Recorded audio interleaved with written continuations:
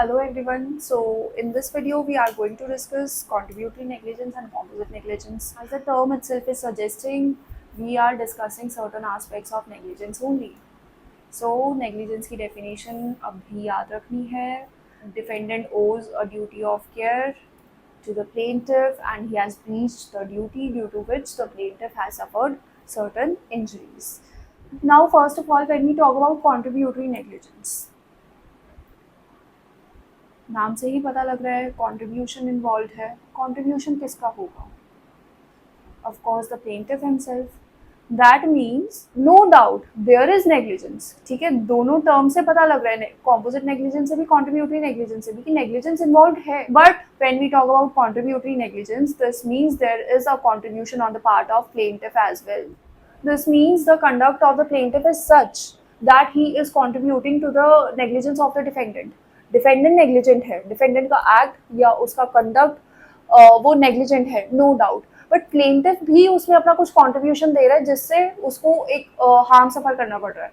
For instance if there is a passenger in the bus and वो passenger अपना हाथ बाहर निकाल के ऐसे वेव करने लगे या ऐसे वेव करने लगे, तो उस केस में क्या होगा?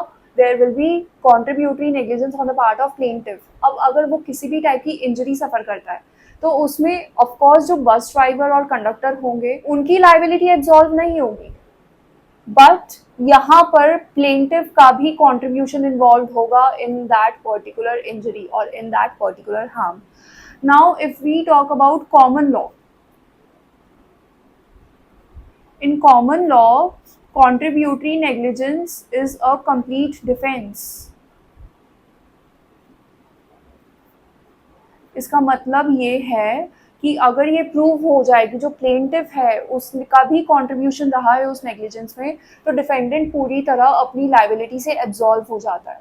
This was observed in the case of Butterfield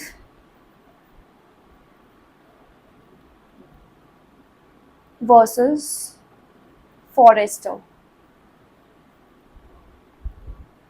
This particular observation that contributory negligence is a complete defense was observed in the case of Butterfield versus Forrester. Now this rule was later on modified by the courts and a new rule was formulated, that was last opportunity rule.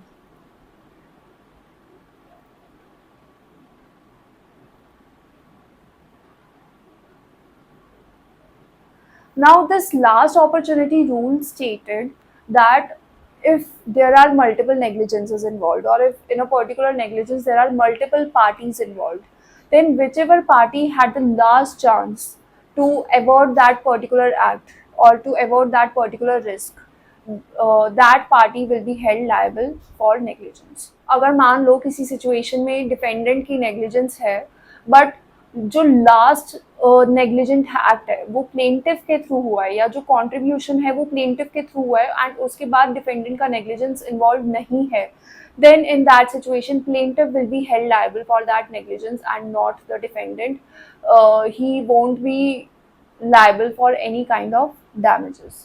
ठीक है, तो last opportunity rule हमारा ये कहता है, but it has been criticized and this is not the case now, because जिसकी भी last opportunity होती है उससे पहले जितने भी लोग इन्वॉल्व हैं, डिफेंडेंट्स हैं, ठीक है, वो सब अपनी लाइबिलिटी से एब्जॉल्व हो रहे हैं, which is kind of absurd. Because हो सकता है कि जो लास्ट अपॉर्चुनिटी है या जो लास्ट चांस है जिसके पास भी, उससे पहले के जो एक्ट्स हैं वो ग्रेव रहे हो, वो ग्रीवियस रहे हो, एंड जो लास्ट एक्ट था या जो लास्ट चांस था वो काइंड ऑफ ग्रेव ना रहा हो. ठीक है, but we are absolving other person from the liability which is absurd. So इस वजह से this is not the rule now. Now basically when we talk about Indian law, if we see that contributory negligence is there, in that situation we will assess that in what percentage the plaintiff and defendant are responsible for a particular act. ठीक है, हम एक percentage determine करते हैं, हम एक ratio determine करते हैं कि एक प्लेंटिफ की लाइबिलिटी कितनी रही होगी, एक डिफेंडेंट की लाइबिलिटी कितनी रही होगी. Of course this can not be stated precisely in mathematical terms, ठीक है, लेकिन हम एक ओवरव्यू लेने का ट्राई करते हैं थ्रू मैथमेटिकल रेशियोज और percentage, and through that we determine कि कितना डैमेजेस अवॉर्ड होना चाहिए और कितना नहीं होना चाहिए. So this is your contributory negligence. Now there are certain rules applied through which we determine whether contributory negligence is there on the part of plaintiff or not. First of all, you need to remember that if the plaintiff is negligent, doesn't really mean that a tort of negligence has been committed by the plaintiff, right? ठीक है, जो tortious liability है वो defendant की ही रहेगी, and we do not equate the liability of defendant with the liability of the plaintiff. It will anyway be less. ठीक है, तो हम प्लेंटिफ के एक्ट को ये नहीं बोलते कि उसने टॉर्ट कमिट करा है. टॉर्ट tortious liability जो है वो डिफेंडेंट की ही रहती है. Second rule is that it needs to be shown that the carelessness of the plaintiff contributed to the negligence. ठीक है, अगर plaintiff अपने आप में careless था but he was concerned about his safety, इससे हम ये नहीं बोल रहे हैं कि वो negligent था. But if his careless contributed to the negligence, वो हमें determine करना पड़ेगा by the facts and circumstances of each case. The third rule is regarding the doctrine of alternative danger. The doctrine of alternative danger states that if the plaintiff is undertaking certain risk due to the act of the defendant himself, then we cannot say that he has contributed to the negligence of the defendant. ठीक है, defendant ने ही कुछ ऐसे circumstances create करे जिसकी वजह से plaintiff को वो एक्शन लेना पड़ा या वो रिस्क लेना पड़ा.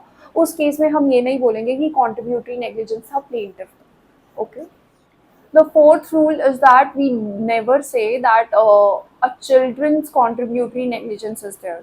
So that means अगर एक चाइल्ड है, ठीक है, उसके एंड से कोई एक्ट ऐसा हुआ है जिसका कंट्रीब्यूशन रहा भी हो, तो भी हम उस पर कोई लाइबिलिटी नहीं इम्प्यूट करते, and the liability will be of the defendant himself, and we will not say that the child has contributed to the negligence of the defendant. Next rule is regarding the doctrine of identification, though it has been overruled in the case of the Bemina Mills versus Armstrong. The Bemina Mills